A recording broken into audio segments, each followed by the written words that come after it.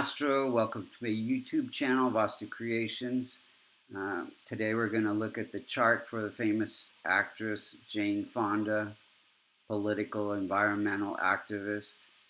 Um, and we are going to see, if we look at the time when she was born, if you look to the eastern horizon, you would see the constellation associated with Capricorn rising at 5 degrees. Any planets like Mars, Saturn, Sun, and Jupiter that are within 5 degrees of that rising sign degree have a lot of impact in the chart. So first we're going to see how the planets are operating, and then when they are operating during different events in our life, and then we'll look at what could be done to strengthen the chart. So first we want to see where the multicona signs fall. So many planets rule 2 signs, but only one of those signs is a multicona sign. So the multicona signs are 1, 4, 5, 6, 7, 9, and 11.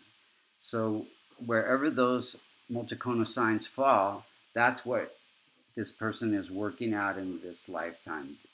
That's their karma that they have to learn about. So you see the first sign of Aries, number 1, in the 4th house, ruled by Mars. So they're working out happiness and home life, finding stability in their home life.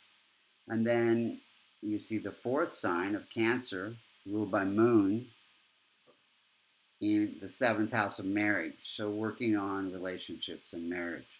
Then we have the 5th sign of Leo, ruled by Sun, in the 8th house. Whenever we have a multicona sign in the 6th, 8th, or the 12th house, the challenging houses, the ruler of that sign becomes a functional malefic. So Sun, along with Rahu and Ketu, becomes a functional malefic for this chart, meaning it can cause some challenges depending on where it is in birth and transit charts. So Jane Fonda's working out, healing past trauma, and so that's the 8th house. And then we have the 6th sign of Virgo, ruled by Mercury, in the 9th house, working with governments, working on attaining good luck, good fortune in our life. Then we have the 7th sign of Libra, ruled by Venus, in the career house, working on perfecting her acting career and helping the planet. And then we have the 9th sign of Sagittarius, ruled by Jupiter, in the 12th house, also a challenging house, so Jupiter becomes functional malefic. And the 12th house has to do with spiritual growth through letting go of attachments. And that can mean different things for different people. And then we have the 11th sign of Aquarius, ruled by Saturn, in the 2nd house. So working on wealth and fame and stability in the marriage. So those are the karmas that she's working on. Let's see how the planets are operating individually. So we know that Sun is functional malefic. It's at 6 degrees, which is close to the most effective point, meaning it has a lot of effect. And it is afflicting the 3rd house and the 9th house.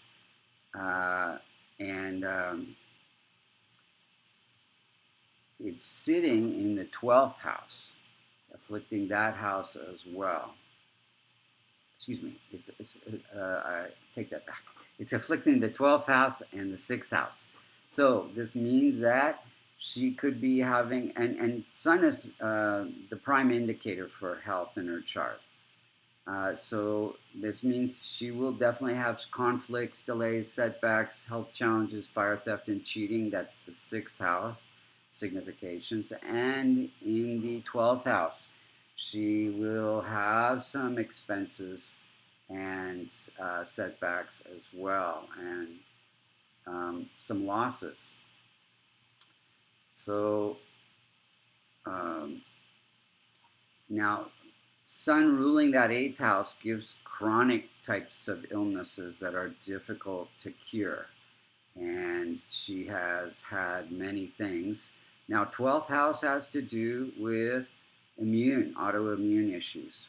She has had addictions like bulimia, and right now she's been diagnosed with non-Hodgkin's lymphoma. So she sees her cancer and all of her illnesses as a teacher, teaching her to adapt to changes in her life, these medical changes, as well as teaching her about the community of people that have cancer. Now, Sun is also representative of father, and her father did not give great support. He was a famous actor and always off busy, and when he was around, he was very aloof.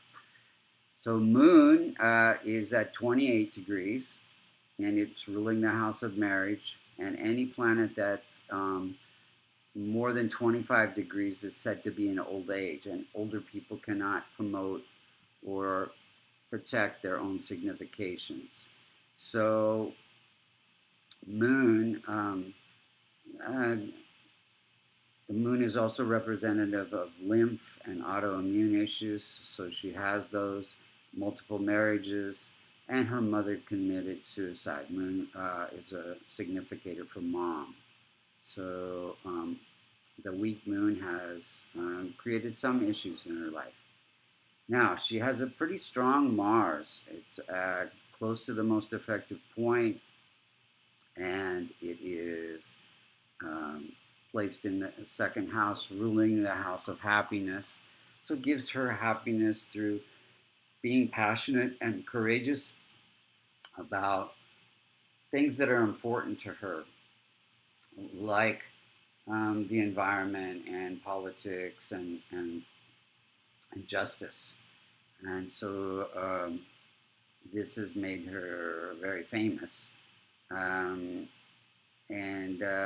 Now Mars also has to do with the blood, and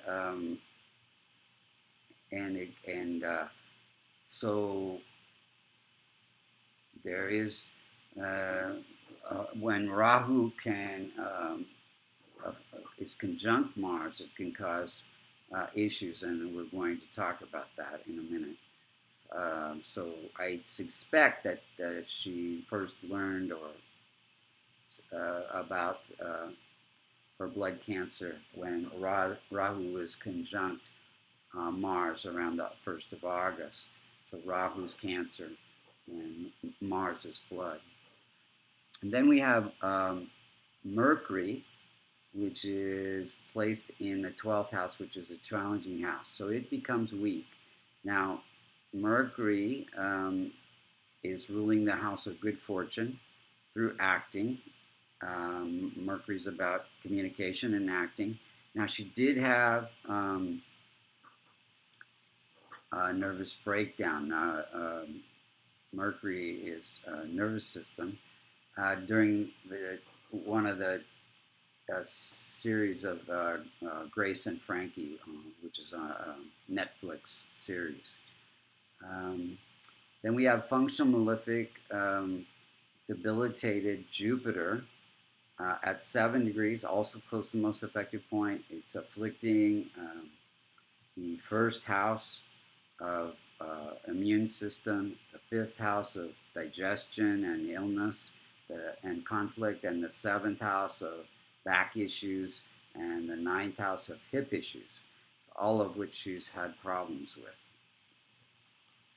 Then we have a weak, old age, slightly more than 25 degrees, Venus.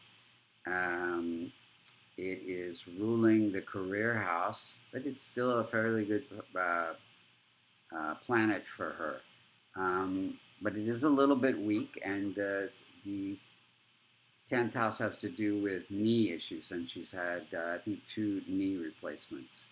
Now, Venus gives her beauty and ability to act, and very much involved in exercise.